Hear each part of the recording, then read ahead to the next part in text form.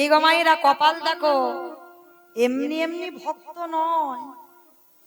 তুমি অট্টালিকাতে বসে কি কৃষ্ণ ভক্ত হবে মনে করেছো? কষ্ট জ্বালা যন্ত্রণা ভোগ করতে শেখো, তবে তো কৃষ্ণ ভক্ত হবে। অত সোজা নয়, পথের ভিখারি করে দেবে তোমার, তবে তুমি কৃষ্ণ ভক্ত। আজকে বাবার মৃত্যুর পর সবরই একা হয়ে গেল। খাবে কি? ওই পঞ্চবটির বনে একাধারে মতঙ্গ সাধুদের আশ্রম। কি খায় জানো?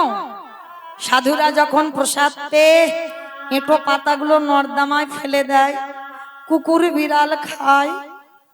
সবরই মা ওই কুকুর বিড়ালের সঙ্গে উচ্ছিষ্ট গুলো পায় প্রতিদিন খিদের জ্বালা।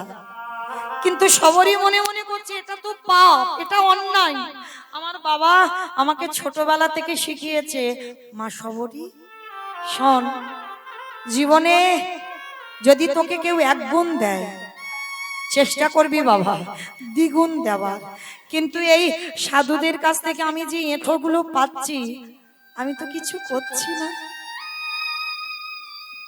এ তো পাপ। না না না, আমাকে সাধু সেবা করতে হবে। কিন্তু কি করে করব? আমি চণ্ডাল, আমি ছোট জাতের মেয়ে, সমাজ আমাকে ঘৃণা করে। তাহলে কি করে সাধু সেবা করব? চুরি করে সাধু সেবা করতে হবে। কিরকম চুরি করি? হরি বল। সারাদিন মেয়েটা ঘরে থাকে, আর রাত্রিবেলা করি মেয়েটা জঙ্গলে যায়। সারাদিন বাড়িতে, আর রাত্রিবেলা জঙ্গলে গিয়ে কাঠের বোঝা সাজায়। একেবারে বলে রে, একেবারে বলে রে, একেবারে বলে রে আমার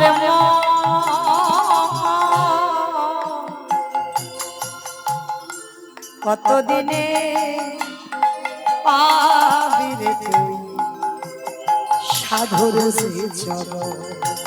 একেবারে বলে রে, একেবারে বলে রে, বলে রে আমার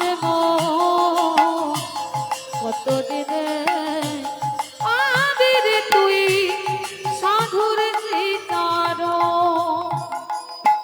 কাঠের বোঝাগুলো নিয়ে সবরী মা প্রতিনিয়ত ওই সাধুদের রান্নাঘরে দেয়, আর সবরীর ওই গুড়ানো জ্বালানি কাঠে সাধুরা রান্না করে প্রসাদ পায়, আর তাতেই চুরি করে সাধু সেবা হয়ে গেল। একদিন বাবাজিরা সবাই মনে মনে করছে, হ্যাঁ রে, এত এত রান্নাঘরে কাঠ কোথা থেকে আসে রে? সবাইকে জিজ্ঞেস করছে, কেউ তো জানে না। বলে দাঁড়া, আজকে আমরা একটা ছলনা করব, ঘুমানোর ভান করে থাকবো, আর দেখবো কি আমাদের এই রান্নাঘরে কাঠ দেয়। সাধুরা চোখ বন্ধ করে কপট নিদ্রায় আছে, কান খোলা, চোখ শুধু বন্ধ। আর সবরী মা 6 বছরের মেয়ে, সবে মাত্র ওই কাঠের বোঝাটা রান্নাঘরে ফেলেছে। সাধুর দল পিছন থেকে এসে সবরীর হাতটাকে চেপে ধরেছে। এই মেয়ে, কে তুই? নাম কি? থাকিস কোথায়? বাবা মাকে, বাড়ি কোথায়? অনেক প্রশ্ন। সবরী মার একটা উত্তর, আমি সবরী। ও, তুই সেই হীরা চন্ডালের মেয়ে না, যে মেয়েটাকে জন্ম দিয়ে মা মরে গেল, কদিন আগে যার বাবা মরে গেল, যার ঘর পুড়ে গেল, তুই সেই সবরী? হ্যাঁ, আমি সেই সবরী।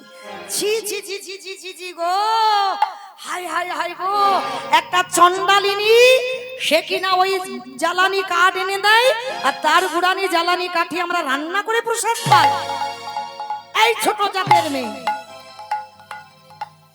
সাধুরা বারবার ছোট জাত, ছোট জাত, ছোট জাত। ছোট মেয়ে সবরী সাধুদের বলল, আচ্ছা তোমরা যে আমাকে বলছো আমি ছোট জাত, ছোট জাত, মুচি হয়ে শুচি হয় যদি কৃষ্ণ ভজি, শুচি হয়ে মুচি হয় যদি কৃষ্ণ তজি। আমার ভগবানের কাছে তো জাত বিচার হয় না, তোমরা তো জাত বিচার করো কেন গো? ছোট মেয়ে যেমন কথা বলে, সাধুরা বলে বলেন এই তোর কাছ থেকে আমরা জ্ঞান অর্জন করব, হ্যাঁ দেখাচ্ছি মজা তোর দ্বারা। ওই জ্বালানি একটা কাঠ টেনে নিয়ে শবরীকে মারছে, দূর হয়ে যা, বেরিয়ে যা, দূরে হয়। দয়ামা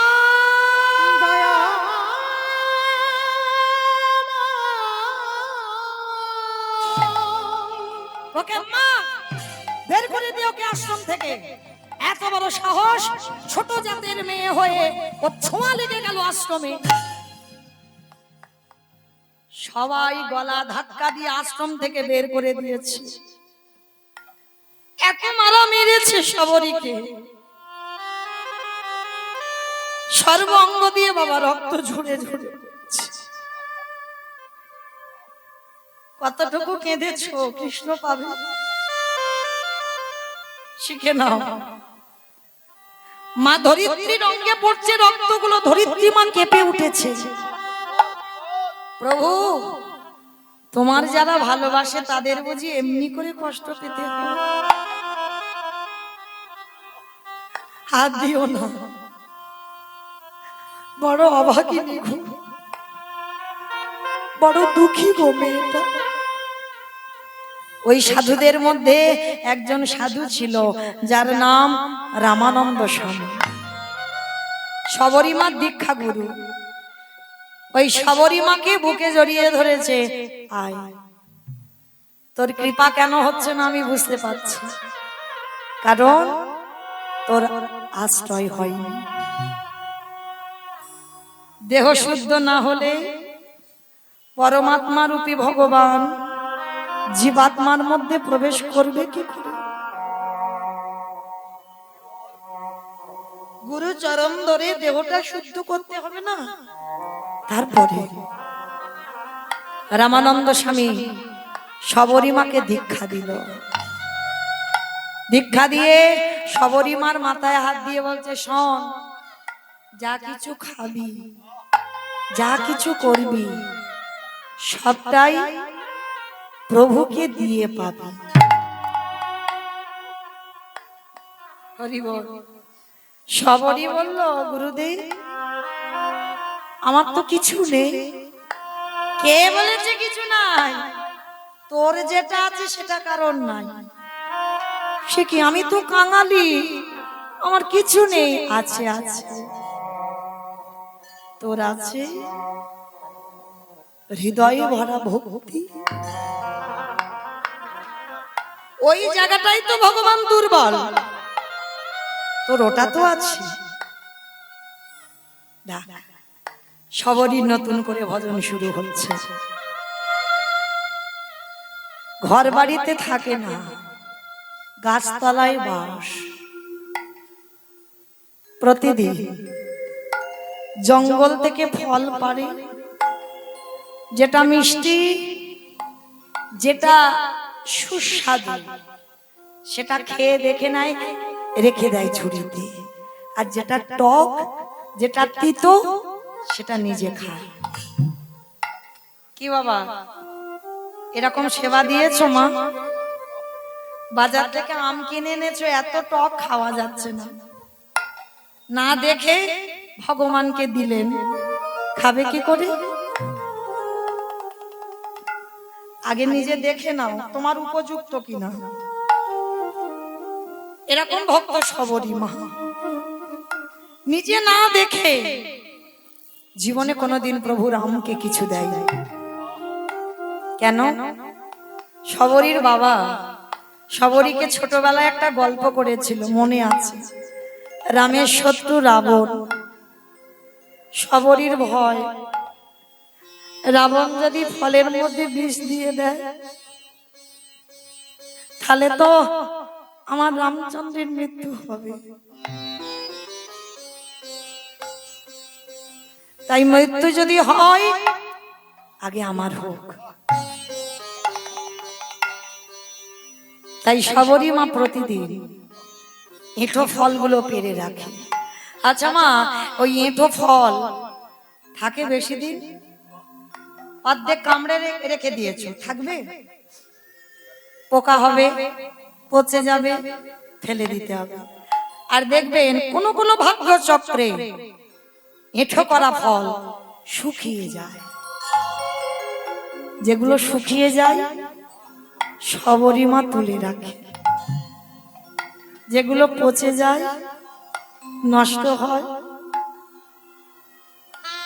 ফেলে দেয়। সবরী মায়ের এবার বয়স হয়েছে, গাছতলায় ভজন,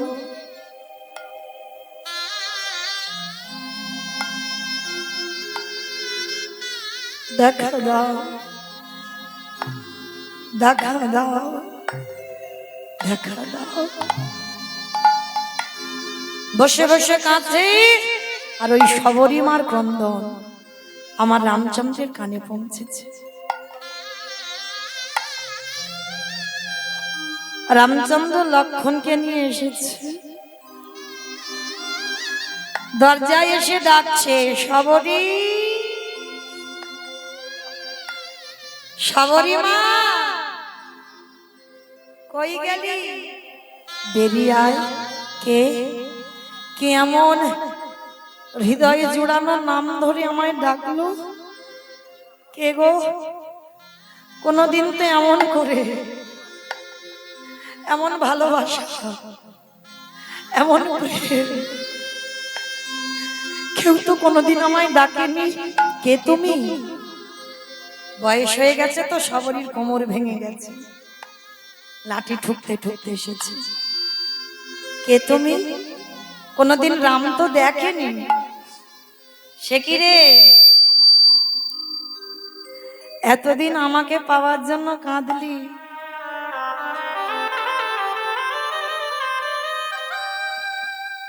আমি এলাম, চিনতে পারছিস না? প্রভু তুমি এসেছো, কিন্তু আমি কোথায় বসতে দেব?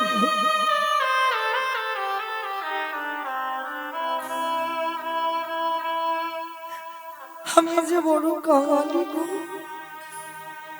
বসতে দেওয়ার মতো কোনো বস্তু আমার ঘরে নেই। সবরী মা ছুটে গেল গাছতলায়, আর গাছতলায় গিয়ে কিছু শুকনো পাতা এনেছে, বিছিয়ে দিয়েছে। প্রভু বসো, আমার আসন নেই, সিংহাসন নেই, শুকনো পাতা, বসো। বসেছে। আচ্ছা মা, ধরো তোমাদের ঘরে কোনোদিন আমার ভগবান এলো, কোন কাল চক্রে, কোন ভজন সাধনায় ভগবান এলো। ভগবান এলে বসতে দেব কোথায়? আসন বা চেয়ার? বসো। তাড়াতাড়ি করে ঘটিতে জল আনবো পা ধোবার জন্য। ভগবান এসেছে, সবরী মা তাও তো নেই গো, কি দিয়ে ধোয়াবে? চরণ দুখানা।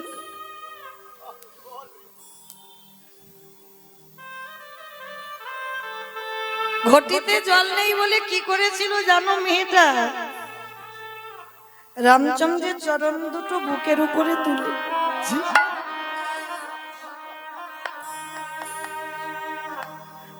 ভালোবাসা দেখো, ভাষাটা কেমন তৈরি করেছে।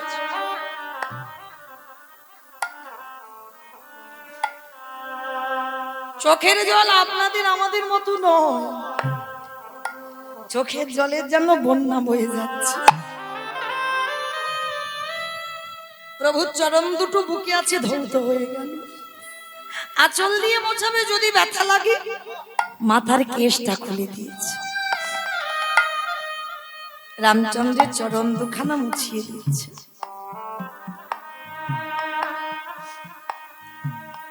রামচন্দ্র বলছে, মা সবরী, বড্ড খিদে পেয়েছে, খেতে দিবি মা? প্রভু তুমি খাবে? তুমি খাবে? আমার মতো একটা ছোট জাতের বাড়ির ছু কথা নয়। আমার কাছে ছোট জাত বড় জাত হয় না, আমার কাছে একটাই জাত, সবাই আমার চরণের দাস, আর কোনো পরিচয়।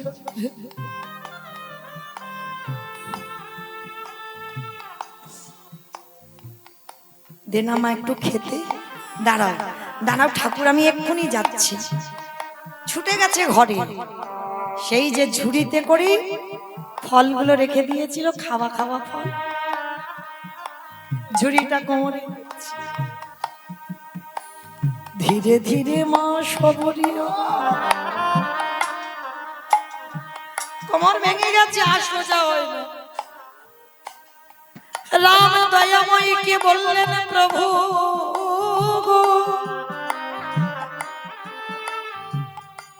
যখন আমার সময় ছিল তখন তুমি আমার কাছে এলে না, আজ আমার সময় নেই, সময় চলে গেল, তুমি এসেছো। ঝুড়ি থেকে একটা ফল নিয়েছে। আমার ভগবান অনেক লম্বা তো, রামচন্দ্র। আর সবরী মা কোমর ভেঙে গেছে, হাত আর উঠছে না প্রভুর বদন। ভগবান বললেন, সবরী এই জগতে ভক্ত যখন আমার কাছে পৌঁছাতে না পারে, আমি ভগবান হয়ে সেই ভক্তের ধারে, সেই ভক্তের ধারে নিজে মাথা নত করে ওরে সবরী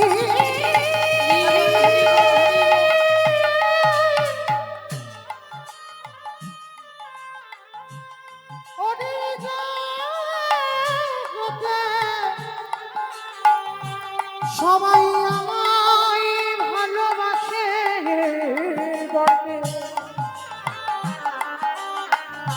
কিন্তু তোরে মতো করে আমায় যে কেউ ভালো বাসে না।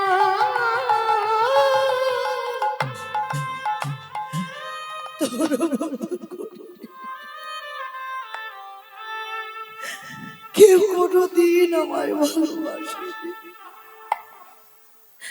সবাই আমায় মন্ত্রে তন্ত্রে ডাকে,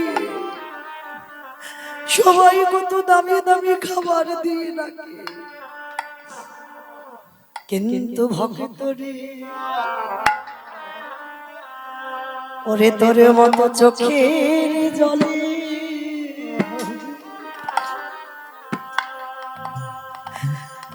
জলে আমারে কেউ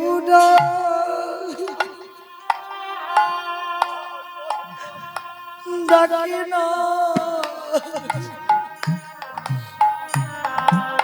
সবাই মন্ত্রে তন্ত্রে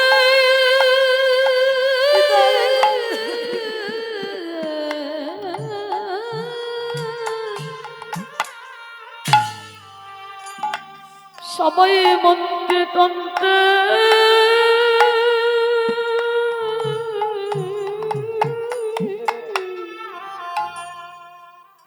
ওরে ডাকে বটে,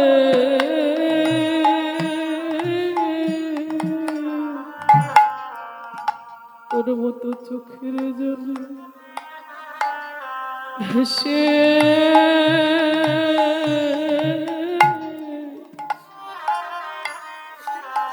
ওরে কেউ না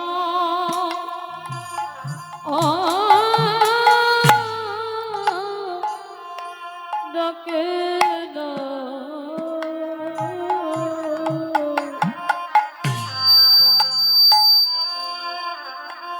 ওরে তোর মতো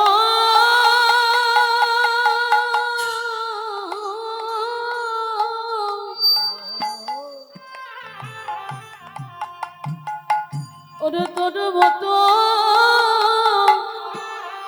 এমন প্রেম দিয়ে না এমন করে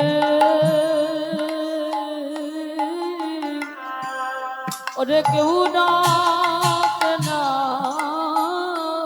ওরে সবরি রে, তোর মতো ভক্তি আর প্রেম দিয়ে যদি কেউ ডাকারে মতো ডাকে, আমার ভক্ত বাৎসল্য ভগবান হয়ে আর কি কোনদিন থাকিতে পারে? দে মা সবরি, আমি সেবা করব। আর যেই না সবরি দিতে গেল, এই এদিকে আয়, এ কি লাল করেছিস কেন সারা গায়ে? বলে প্রভু আমি জানবো কি করে?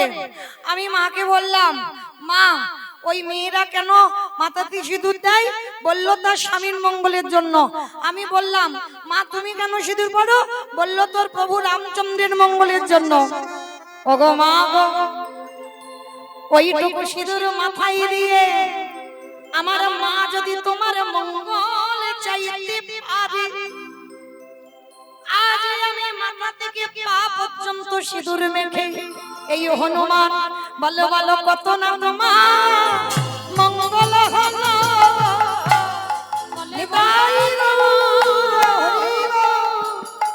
রামে গায় আমায় কত না তোমার মঙ্গলে হলো। আজকে আজকে তখনই সীতা মা কি করেছিল? গলায় ছিল একটা মুক্তোর হার, অনেক মূল্য, হনুমানের গলায় পরিয়ে দিল। আর যখন পরিয়ে দিল না, হনুমানের বড় বড় দাঁত, বড় বড় নখ দিয়ে মুক্তগুলোকে ভাঙছে। কিছুক্ষণ ভাঙার পর দাঁত দিয়ে ভাঙছে মুক্তগুলো।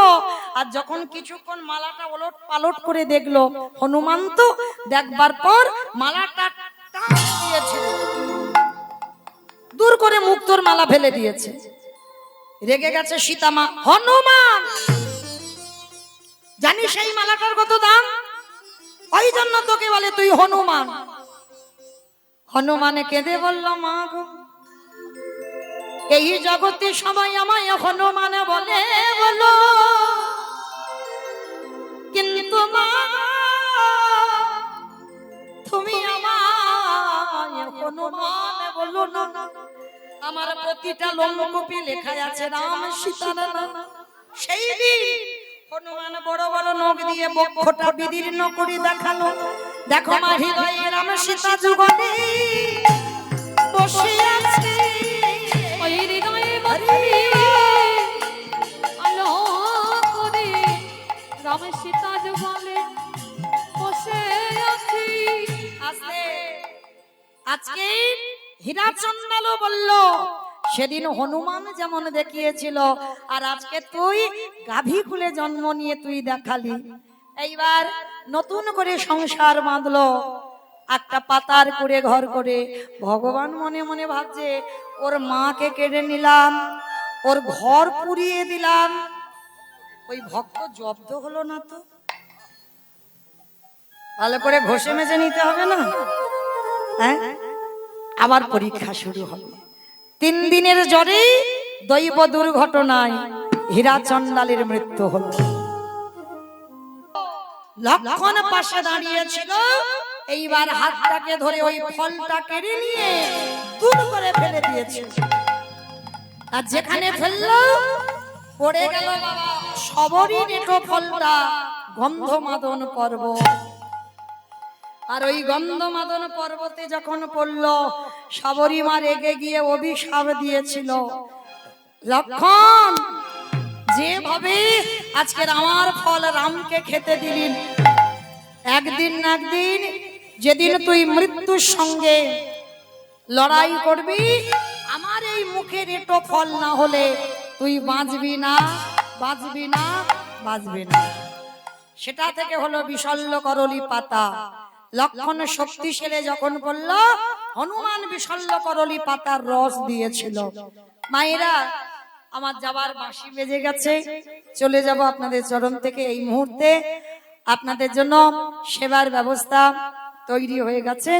আপনারা প্রত্যেকটা ভক্ত, যত যত ভক্ত এসেছেন প্রত্যেকে আপনারা প্রসাদ পাবেন। আপনারা সেবা করে আবার পরবর্তী দিদি ভাই আসবেন, লীলা কীর্তন পরিবেশন করবেন, আপনারা লীলা কীর্তন শ্রবণ করবেন। সেদিন আমার রামচন্দ্র বলেছিল, শবরী এ জন্মে আমার ভাই তোর এঁটো বলে খেতে দিল না, কথা দিলাম আগত দাপরেতে যেদিন আমি কৃষ্ণ হয়ে ব্রজের মাটিতে যাব, কথা দিলাম সেদিন তুই মথুরায় জন্ম নিবি, তোর নাম হবে মালিনী। ফল বিক্রি করতে করতে ওই মালিনী যেদিন নন্দালয়ে এসেছিল, আর গোপাল হামাগুড়ি দিয়ে ওই ফল বালির কাছ থেকে ফল কিনে খেয়েছিল। বিনিময়ে কি দিল? দুমুঠো ধান। আর সেই ধান ধান নয়, বাড়িতে গিয়ে দেখলো সোনার ধানে পরিণত হলো। নিতাই গৌর প্রেমানন্দে হরি বল। এইবার সেই মতঙ্গ সাধুদের কাছে শবরী মাকে নিয়ে গেল। সাধুরা বলছে, প্রভু ও ছোট জাত, বলে চুপ, আবার বলে ছোট জাত, ওরই জন্য আজকের আমাদের দর্শন হলো। শবরী মা বলল, প্রভু সেই যখন কৃপা করে সেই দাপরেতে আমার কৃপা করবে, তাহলে দাপরের রূপটা একবার দেখাও। ভক্ত বাৎসল্য ভগবান আজকের দাপরে শবরীকে যেভাবে কৃপা করবে, ত্রেতা যুগে শবরী মাকে সেই রূপে দর্শন দিয়েছিল। শ্যামের বামে, শ্যামের বামে, শ্যামের বামে দাঁড়াইল নবীন কিশোরী গো। শ্যামের বামে দাঁড়াইল নবীন কিশোরী, শ্যামের বামে দাঁড়াইল নবীন কিশোরী, ললিতা বিশাখা নদী।